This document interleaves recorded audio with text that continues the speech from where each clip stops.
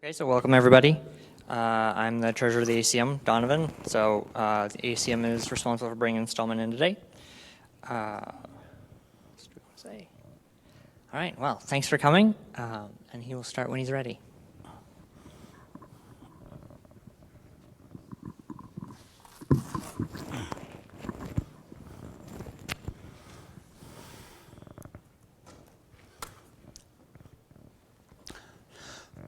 First, some requests for you.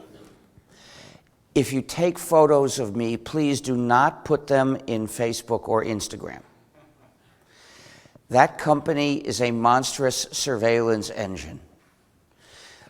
It does surveillance on its useds, and it does surveillance as much as it can on its non-useds. I don't call them its users because Facebook is using them.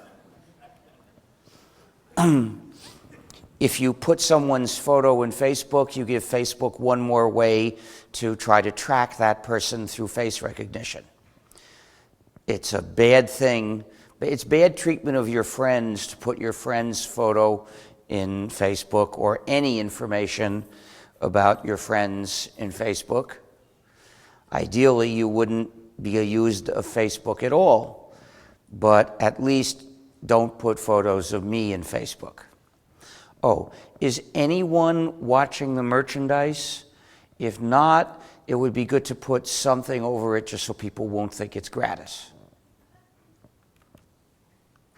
And if you want to make a recording of this talk, as someone is doing, at least one, please, and you want to distribute copies, please do so only in the formats favorable to free software. That means the OGG formats or the WebM format. Please do not distribute it in MP anything, because those formats are patented. This means don't put it in YouTube.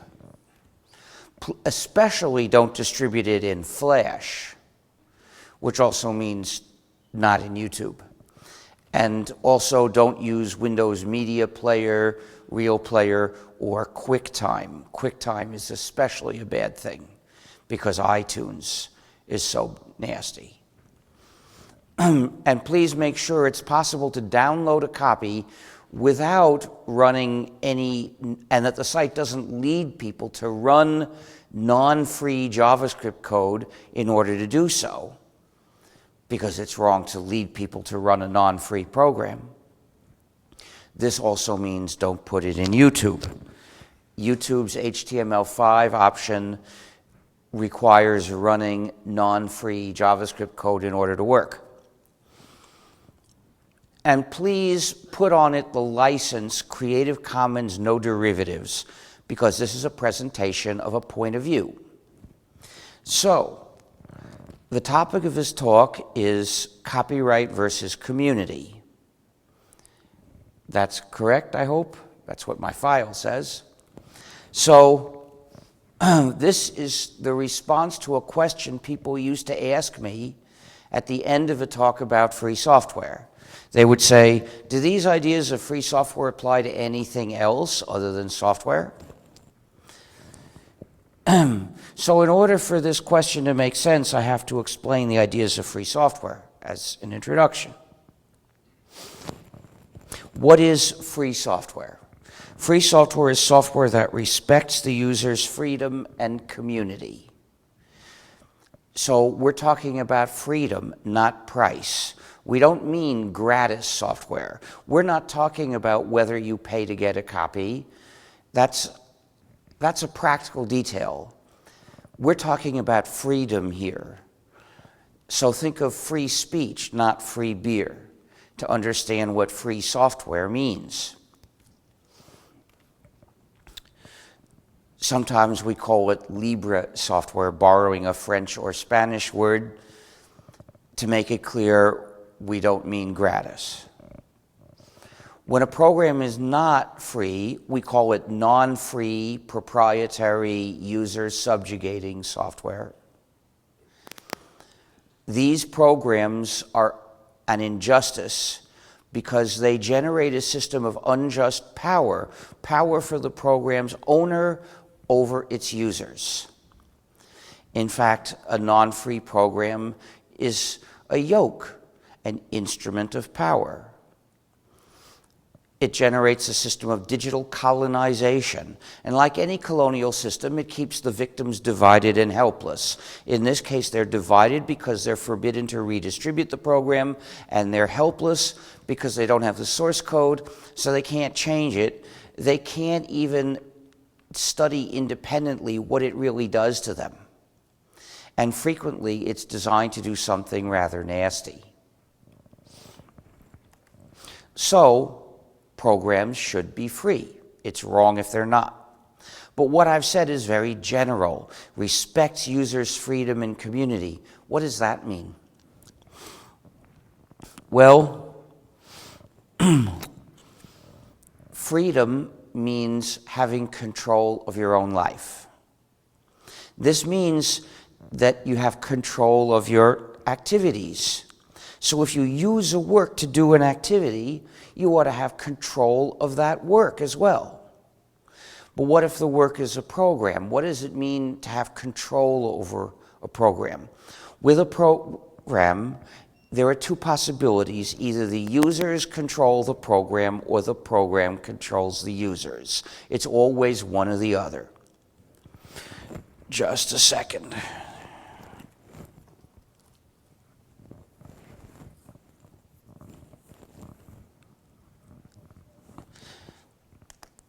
Sorry to delay, but this simply has to be done. So, in order for the users to have control over the program, they need the 4 essential freedoms, and these make the definition of free software. A program is free software if it gives its users the 4 essential freedoms. Freedom 0 is the freedom to run the program as you wish for whatever purpose. Freedom 1 is the freedom to study the program's source code and change it so that it does your computing the way you wish. With those 2 freedoms, each user separately has control over the program. But separate control is not enough, mainly because most users are not programmers.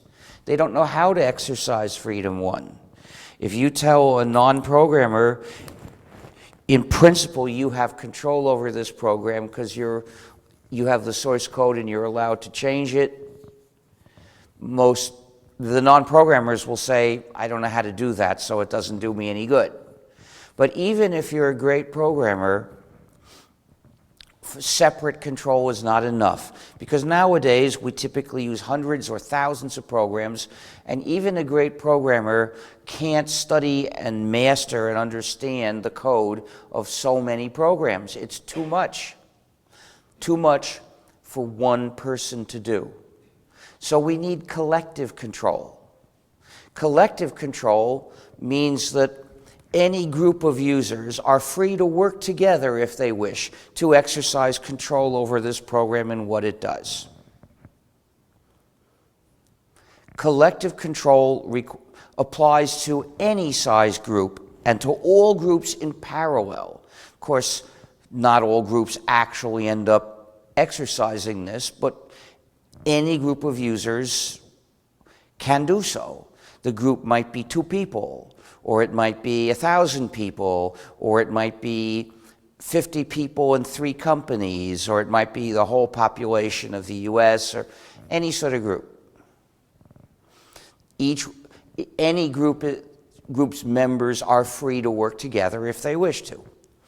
This requires 2 more essential freedoms. Freedom 2 is the freedom to make exact copies of the program and give or sell them to others when you wish. And freedom 3 is the freedom to make copies of your modified versions and give or sell them to others when you wish. These freedoms allow the members of any group to work together and also to offer their versions to the public.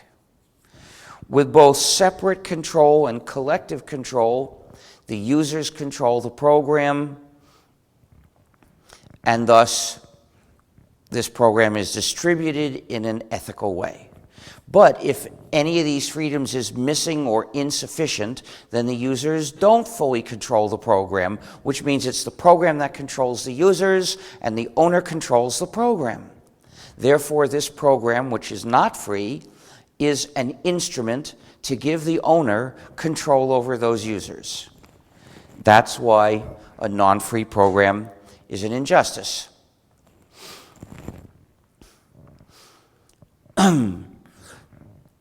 The use of a free program in society is development. Every program embodies knowledge. If it's free software, it offers that knowledge to the users who can understand it and then maintain, adapt, and extend the program, and also use their knowledge in other ways. The use of a proprietary program in society is not development because it's dependence. Imposed dependence on one particular entity, the owner. This is harmful. It's a social problem. So when we see this, our goal should be to put an end to the use of that proprietary program, or else get it freed, so that it won't be a problem anymore. To develop a free program is a contribution to society. How much depends on the details. If it's very useful, it's a big contribution. If it's hardly useful at all, it's a tiny contribution. But if it's distributed as free software, at least it offers to society however much it has to offer. Not so for the proprietary program. Developing a proprietary program is no contribution because it's a power grab, an attempt to subjugate people. In social terms, that non-free program is a trap. If it has attractive features, those are the bait. So paradoxically, the more convenient a non-free program is, the more harmful it is, the more harm it does to society. Therefore, if you have the choice to help develop or promote a proprietary program or do nothing, you should do nothing, because that way you don't do harm. Contributing to proprietary software development is doing harm to society. Now, in real life, you will probably have more options, and some of them will be better than both of these, so take them. But if we're just considering in the abstract these two options and comparing them, it's right to do nothing rather than participate in proprietary software development or promotion.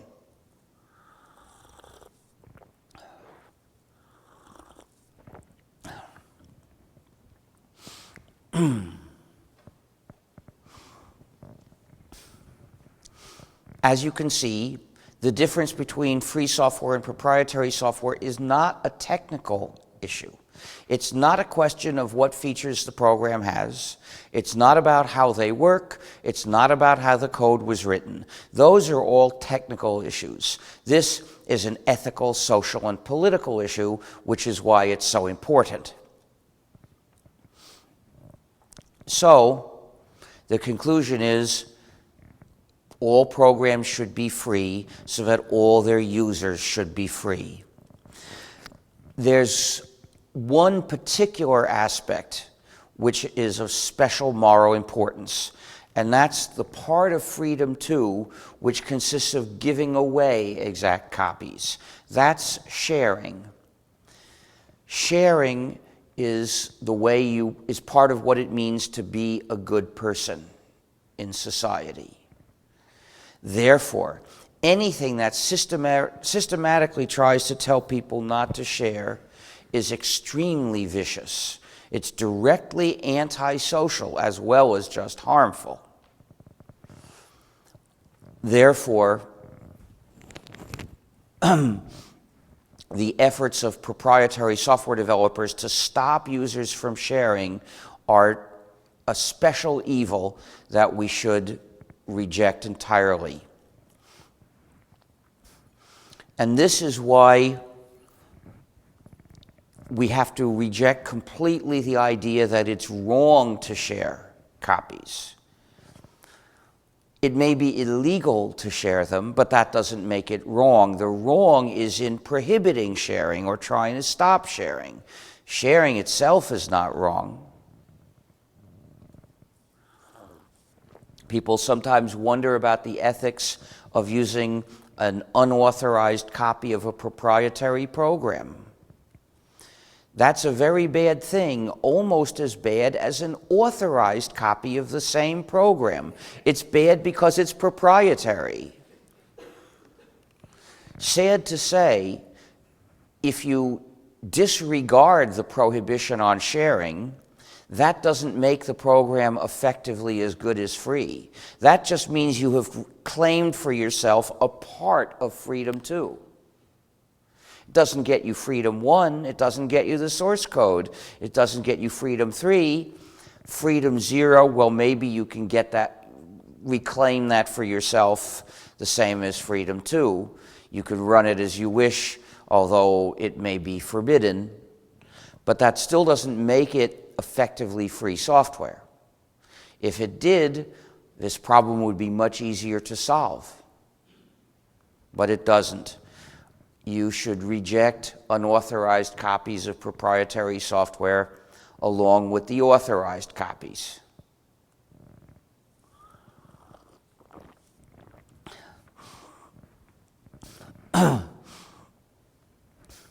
Now, the distinction between free and proprietary software is about how the program is distributed. It's not directly about what's in the code.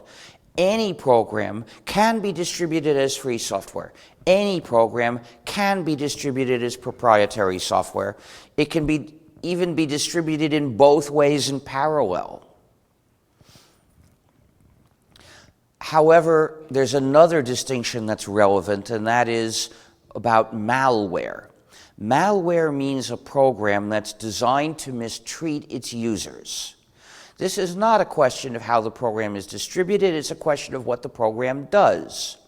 So, free or proprietary and malware or not, in principle, are completely unrelated.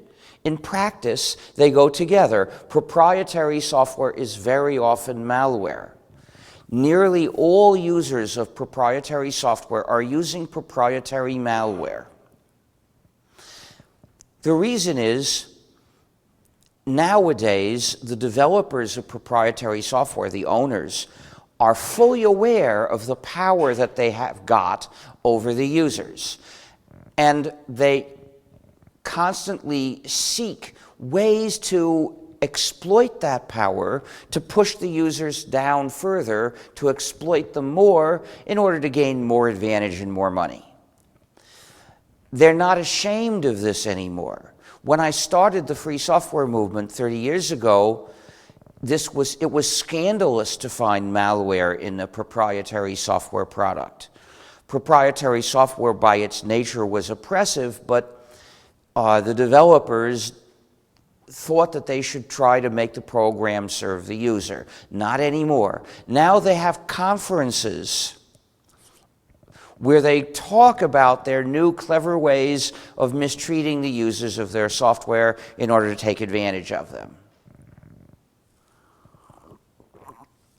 So they put malicious functionalities into programs, for instance, spy functionalities that send information to somewhere, and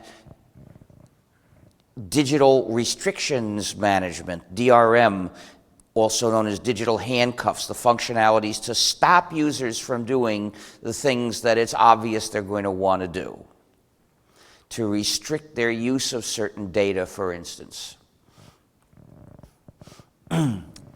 And then there are the back doors that accept commands from somebody else, commands to do something to the user, whether the user likes it or not, because it doesn't ask permission and often doesn't even inform the user. And sometimes they impose censorship on the user.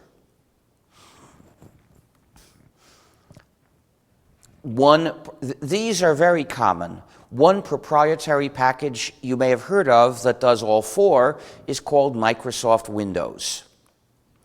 For details, look at gnu.org/philosophy/malware-microsoft.html.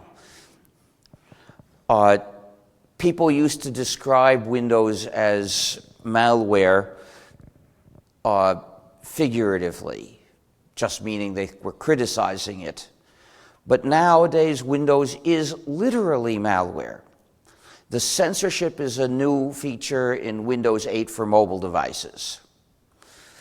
So Windows is malware, but in fact, it's even worse. One of the backdoors is universal, meaning that Microsoft has the power to forcibly change the code in Windows, forcibly and remotely. So any malicious functionality that isn't implemented yet in Windows could be remotely imposed tomorrow. Thus, Windows is universal malware. Apple's operating systems are malware. macOS has digital handcuffs, and recently people have discovered spy functionalities. Things, for instance, that upload people's files to Apple servers without their knowing. Just what the users want, right?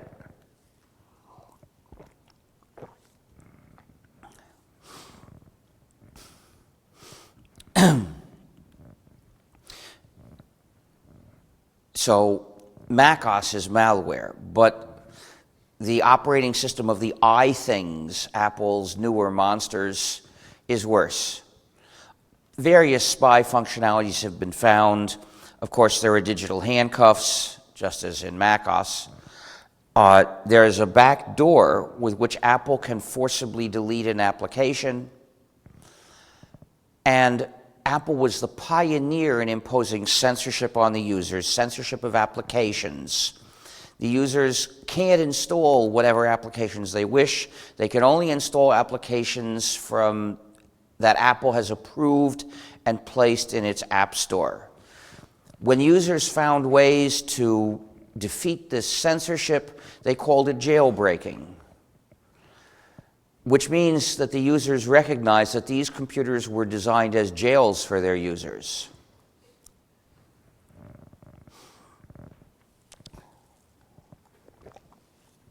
So Apple's operating systems are malware.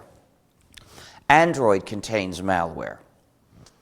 Parts of Android are free software. Parts of Android are proprietary. And one of them, called Google Play, is malware. It has a universal backdoor. They call it auto upgrade. But if you think about it, auto upgrade is none other than a universal backdoor.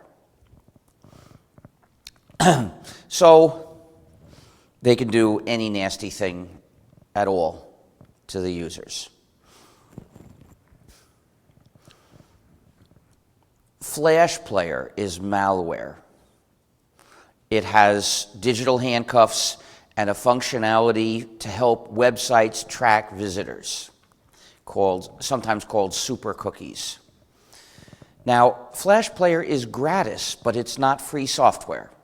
This example is instructive because it shows that being gratis is not very important. What's crucial is for something to be free software. The fact that Flash Player is gratis means that Adobe does not make users pay to be abused. Angry Birds is malware. It sends geolocation data to companies. The Amazon swindle is malware. The software in it is malware. Now, I'm talking about Amazon's ebook reader. Swindle is not its official name, but it's the name that fits what the product does. It swindles readers out of the traditional freedoms of readers of books. For instance, the freedom to buy a book anonymously, paying cash. Impossible with Amazon. Amazon doesn't accept cash. It makes users identify themselves, which means that Amazon maintains a giant database listing all the books each user has read. The existence of such a database threatens human rights. We must not tolerate its existence anywhere. We have to destroy it. But actually, the swindle spies a lot more than that. It tells Amazon what page of what book is being read at any time.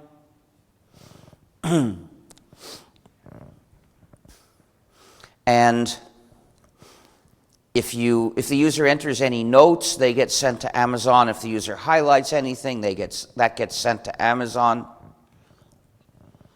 Amazon doesn't publish these personal details, but it has them and surely makes them available to data brokers that can re-identify the people and will, of course, make them available to Big Brother. Then there's the freedom to give the book to someone else after you read it, or to lend it from time to time to various people, or to sell it to a used bookstore. Amazon eliminates these freedoms with the digital handcuffs in the swindle, together with end-user license agreements that show total respect for private property. Amazon says that the users can't own a book. Amazon says all of your books belong to us. This is more extreme than the Soviet Union.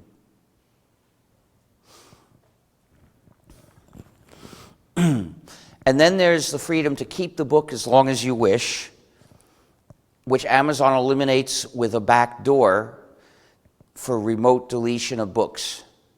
We know about this by observation. In 2009, we saw that Amazon deleted thousands of copies of a particular book. One person who came to my talk told me he had seen the book disappear as he was in the middle of reading it. And what was the book that was the target of this Orwellian act? It was 1984 by George Orwell.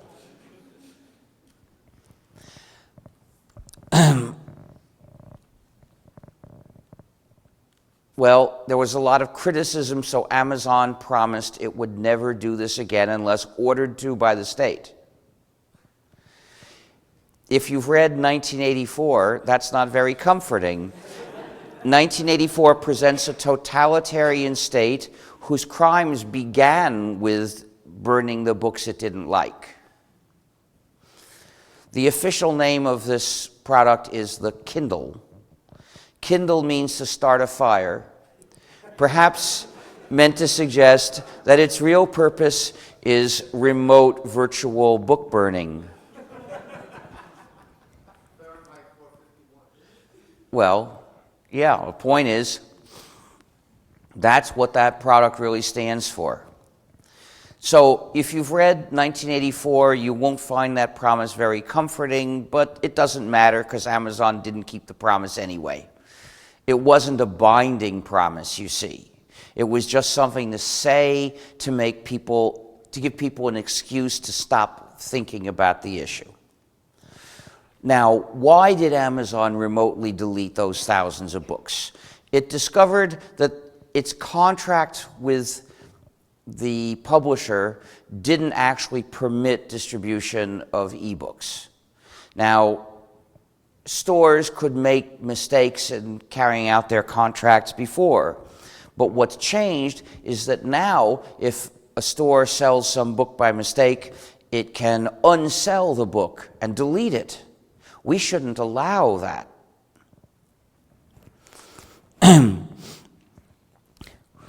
Let me tell you of a case where I'm concerned that ebooks might lead to deletion of copies again.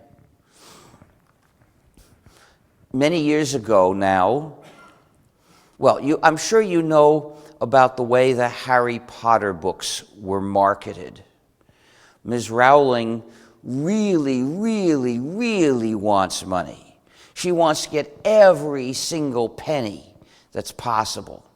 So she makes sophisticated marketing plans, hyping up the book before it's published, and everyone knows it's going to be available on a certain date, but they can order it before then. Once there was a misstep. a bookstore put the books on display before the date they were supposed to be sold. I think I recall that it was actually the publisher's mistake, that it must have mislabeled this somehow. Anyway, once it was discovered that the books were on sale, Ms. Rowling and the publisher went to court and got an order demanding that the people who had bought the books not read them. I found that so disgusting that I called for a boycott of Harry Potter. But I don't say that people shouldn't read those books. I leave that to Ms. Rowling. I just say you shouldn't spend money to get anything Harry Potter. In any case, because those were physical books purchased in a physical store, the store didn't know who the purchasers were.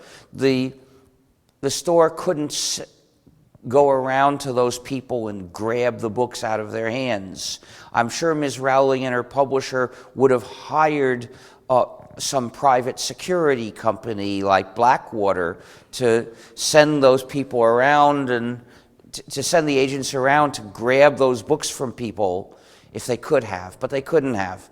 However, in the swindle, they could have. So we can't tolerate a system like this. In addition, it makes people into jerks. If you get a book through the swindle, you can't share it or lend it or give it to anyone, and that means the product makes you act like a jerk. To refuse to lend books to your friends is to break off the friendship. And your friends might do this if they start using the swindle. So you've got to warn them in advance. Don't wait till a friend spends money on an Amazon swindle or some other comparable product because the other company's products are more or less the same. Warn your friends in advance what it would mean to start using a thing like that. It would mean breaking off their friendship with you and everyone else who reads, so that they think about it and maybe they will avoid it. I should mention that there's a much bigger backdoor. In fact, it has a universal backdoor. It has auto upgrade. So any nasty functionality can be remotely installed into the swindle. My last example is nearly all portable phones, because every portable phone is a computer with software that can be changed. Now, maybe the user can't change the software, but some company can remotely through the airwaves.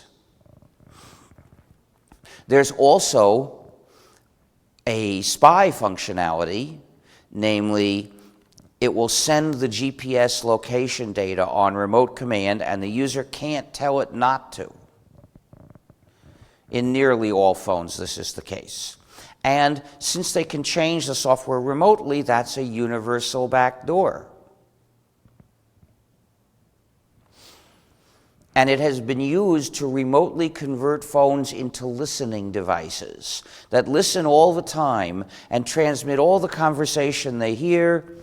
And you don't need to speak into the microphone to be listened to. They can listen from over there. And if you think you can get some privacy by shutting it off, it pretends to shut off. It shuts off the screen. It doesn't show any sign that it's working, but it listens and it transmits. The NSA has a more sophisticated version which recognizes certain words so that it can avoid transmitting uninteresting conversations and thus keep the battery working longer for the interesting ones. I've actually met people who have reason to believe that this was done to them.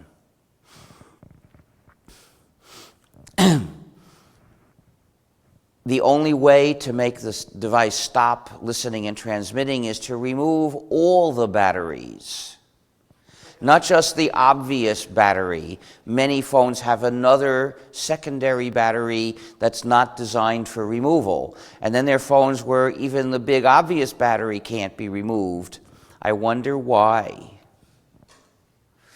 When I first saw people using mobile phones and realized that that would be an option for me, I found out about these things and realized that a mobile phone is Stalin's dream.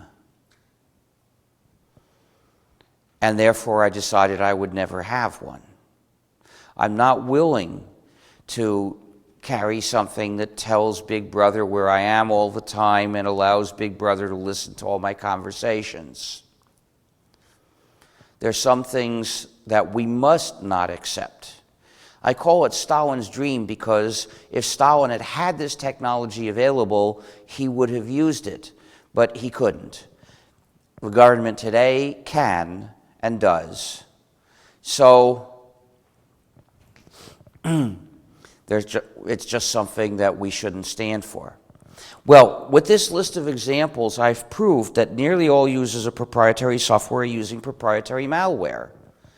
These are the most widely used programs in the world. Almost everyone that uses proprietary software is using some of these.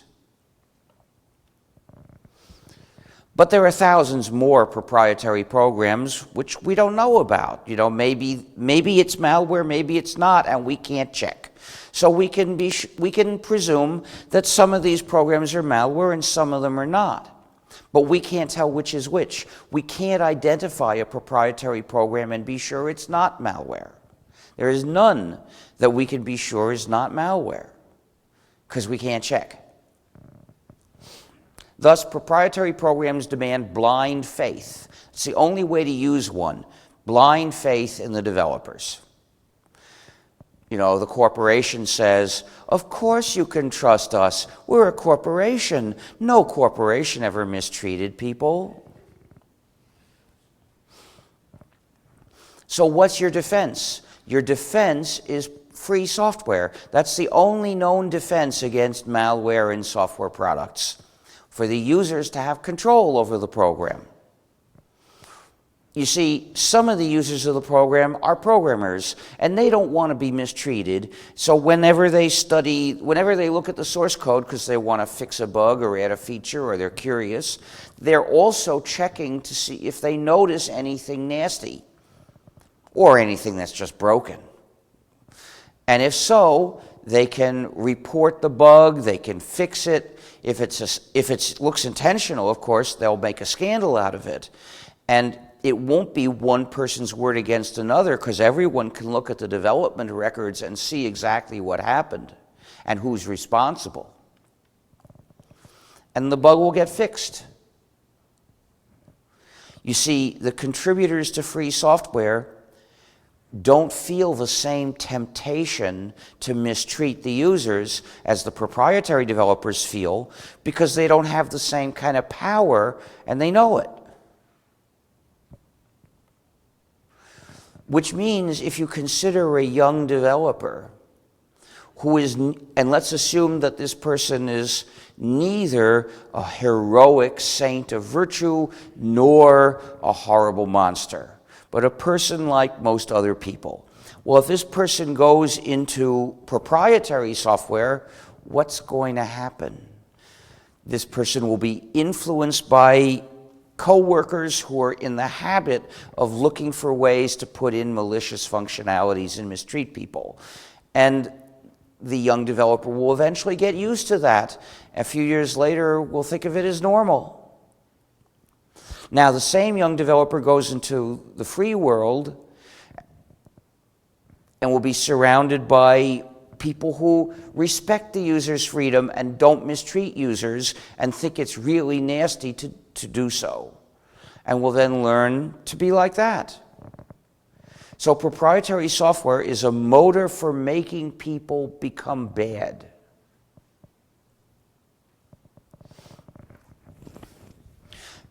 Free software is not a perfect defense against malware. There are a few known cases of proprietary malware, such as, for instance, the search facility in Ubuntu. There are free software that spy. Of course, people have made corrected versions. And we think Ubuntu has been convinced to remove this, to make it stop spying, except when users ask for it to, in which case it's okay. But it hasn't been released yet. So we've got to keep pressuring them until they really do this.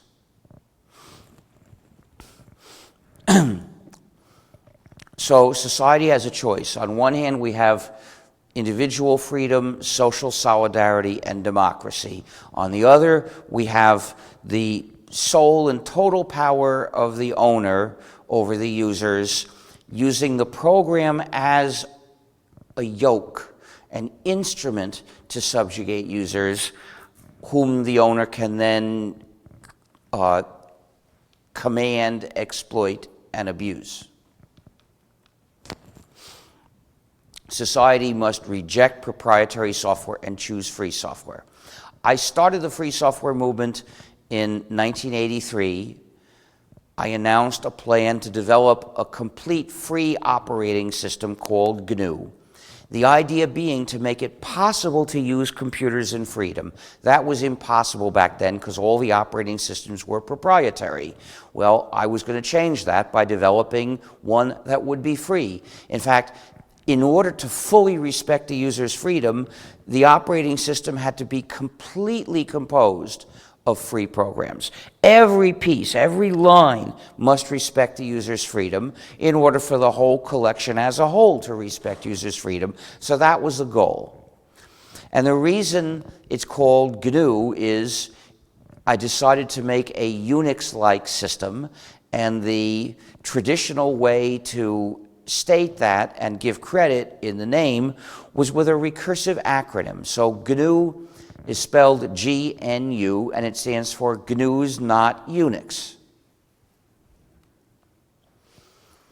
But the reason I chose GNU rather than ANU, FNU, or SNU, or UNU is because GNU is a word. It's the name of this animal that lives in Africa. So with two meanings, it's a play on words. With just one meaning, it wouldn't be. So the name of our system is GNU. Please don't pronounce it new. The dictionary says to pronounce it that way, but it's not good, because if you say, I'm using the new system, you're mistaken. We've been developing it for almost 31 years. We've been using it for almost 23 years. It's not new anymore. But it still is GNU, so please pronounce it GNU. There's a strange, erroneous pronunciation you need to avoid, which sounds like Linux. Linux is actually one program that is used in the system as we use it today. So the system is basically the GNU system, but it also has Linux. To cite that fact, you can call it GNU/Linux, which also distinguishes it from the GNU system as such. The GNU system as such would not use Linux. It would use another kernel that we started developing in 1990, before Linux was first started. But that kernel doesn't work very well, so we don't use it generally.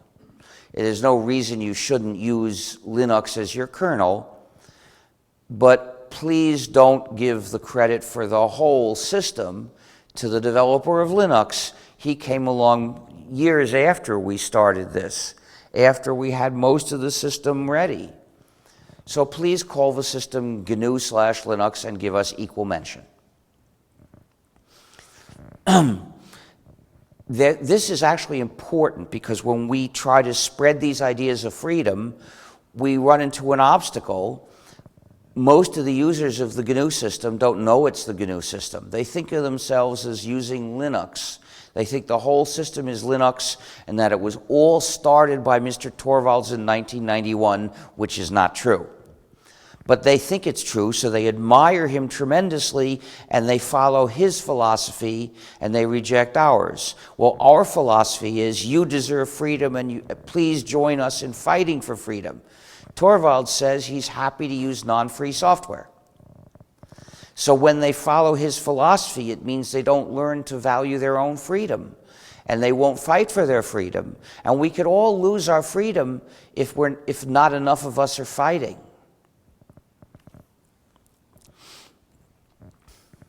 There's another obstacle. Nowadays, most people who think about free software don't use the term free software. They call it open source. But that term is not just another name for the same idea. It's a name for a different idea. The idea of open source rejects the entire ethical level of the issue.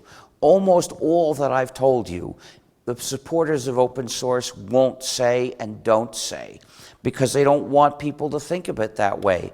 For them to criticize on moral terms a widely practiced business method is too radical. It's unthinkable. They won't say it. They want it to be hushed up and forgotten. That was their goal in 1998 when they coined and promoted the term open source. They hoped that the idea of free software would be forgotten as well as the term. But I refused to use their term, so it didn't get forgotten. However,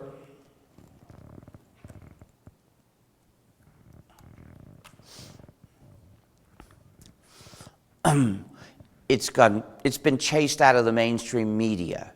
If you look at the mainstream media and also the mainstream tech media, you'll find they don't talk about free software. They don't, and when they discuss these programs, they call them open source and look at them purely in terms of the practicalities of developing them. They never ask, is a program treating its users ethically? They presume that non-free software is legitimate. So they have completely silenced our issue. Therefore, in order to spread awareness of the idea that users like you deserve freedom and that developers should respect freedom, we have to talk about it. Since 1998, my main work is giving talks like this and writing articles about the free software movement, because the ideas won't spread themselves anymore. Our software won't spread the ideas. With all the mainstream media calling our software open source, they're misrepresenting what we stand for. Most of the people who've heard of me think I support open source. Every week I get messages thanking me for my work on open source, saying how much they appreciate what I've contributed to open source. You can imagine how bad that makes me feel. So I write back to them saying, I'm afraid you've been misinformed. Open source is the slogan of people who disagree with me. I stand for the free software movement, and here's what the free software movement means. Well, you can help just by refusing to say open source. Talk about free Libre software. Spread the ideas of freedom.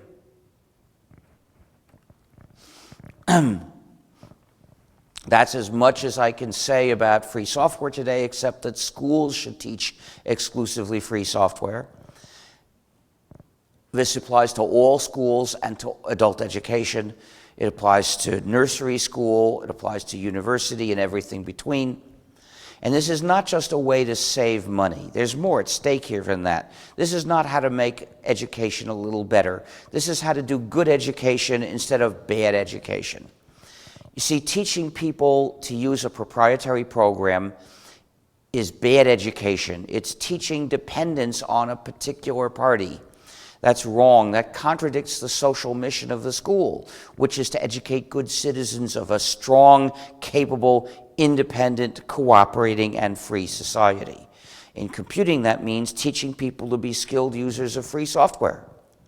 Why do some proprietary software owners offer gratis or cheap copies to schools? The same reason drug traffickers offer a gratis or cheap first dose. The first dose is gratis. Once you're dependent, once you're hooked, then you have to pay. Schools should not be helping to get their students hooked. It's wrong. But there's a deeper reason for the education of the best programmers. You see, some people are natural-born programmers. At 10 to 13, typically, they become fascinated with computing, and if they use a program, they want to know how it works. But when they ask the teacher, how does it do this? If it's proprietary, the teacher can only respond, I'm sorry, we're not allowed to know, it's a secret. See, every program embodies knowledge, but if it's proprietary, that's knowledge withheld from the student. It's the enemy of the spirit of education and should not be tolerated in a school except for reverse engineering. But if it's free software, that means it allows the students to learn the knowledge. That's the way it should be in a school. You see, so the teacher, when the natural-born programmers ask this question, the teacher should say, well, here's what I know, and now if you want to learn more, here's a copy of the source code of this program. Read it and you'll understand everything. And those kids, since they're fascinated and yearn to understand, they'll read it. The teacher can then say, if you come across a point in the code you can't figure out, you don't see why it's written that way, or you don't see what it does, show it to me and we'll figure it out together. And that teaches our natural-born programmer an important lesson. That code is not clear. Don't write it that way. That's how they advance from being natural-born programmers to good programmers. They have to learn the hard way, all the things that make code unclear and hard to understand, so they can learn not to write it that way. The way you learn to write good, clear code is by reading lots of code and writing lots of code. Well, only free software offers you the chance to read the code of large programs we really use. Then you've got to write lots of code. You've got to write the code of large programs. But to do that, you have to start small. To start small, facing the challenges of large programs, well, you don't do that by writing small programs. That's not even starting. You have to start by writing small changes in existing large programs. Only free software gives you the opportunity to try to write changes in large programs we really use. Any school can offer students the chance to master the skill of programming if it's a free software school. But there's a deeper reason for moral education and citizenship.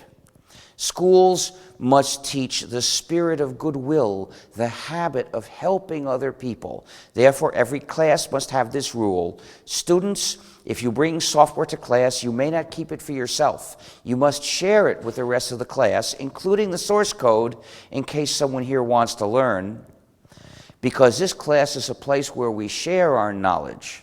Therefore, it's not permitted to bring a proprietary program to class unless it's to do reverse engineering. The school, to set a good example, must follow its own rule. It must bring only free software to class, except for reverse engineering exercises, and share copies, including the source code, with everyone in the class that wants them. If you have a relationship with a school, if you're a student, a teacher, an employee, an administrator, or a parent, it's your responsibility to campaign and pressure the school to move to free software. Now, I don't expect a school to migrate in a week. It's too hard a job. It may take years. It shouldn't take centuries. If they propose to try a pilot program, taking tiny steps so that maybe in a few centuries they'll succeed in migrating, they're not doing enough. You've got to demand more. You can start by proposing this privately, talking with some administrators, and maybe that'll be enough. If it's not enough, then it's time to discuss it publicly to make more people aware of the issue and recruit support. Start a free software activist group. When proprietary software companies come to the school to try to sell their software or recruit people, they should meet with protests. And the worst thing is if a school demands that students run non-free software. That calls for things like going on strike. Or maybe in many cases it'll be enough just not to take a certain class. You may need to fail a class. Maybe then they'll let you take an exam and show you actually know the subject. But freedom sometimes demands a sacrifice. In some cases, it has demanded much bigger sacrifices than this. People have to be ready to do it. When people say, yeah, I wish I could use free software, but it's inconvenient in a certain way, what they're saying is, I don't value my freedom enough to make any sacrifice.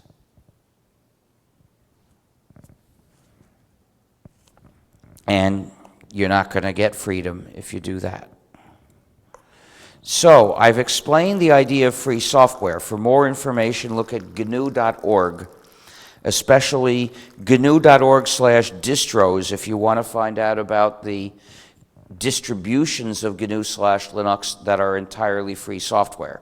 Most of them are not. The widely used popular distros are not free. Look at gnu.org/distros for more information. Look at gnu.org/licenses for information about which licenses are free and which are not. Look at gnu.org/help for ideas for how to help us. Many people assume the only way to help us is by programming, and if they're not good programmers, they think they can't do it. But actually, there are many other kinds of contributions we need. So take a look at that page. You can also become a member of the Free Software Foundation. If you're willing to do digital payments, you can do it through fsf.org. But since I'm here, you have an opportunity to become a member and pay your dues in cash, and thus not report to authorities that you're a member.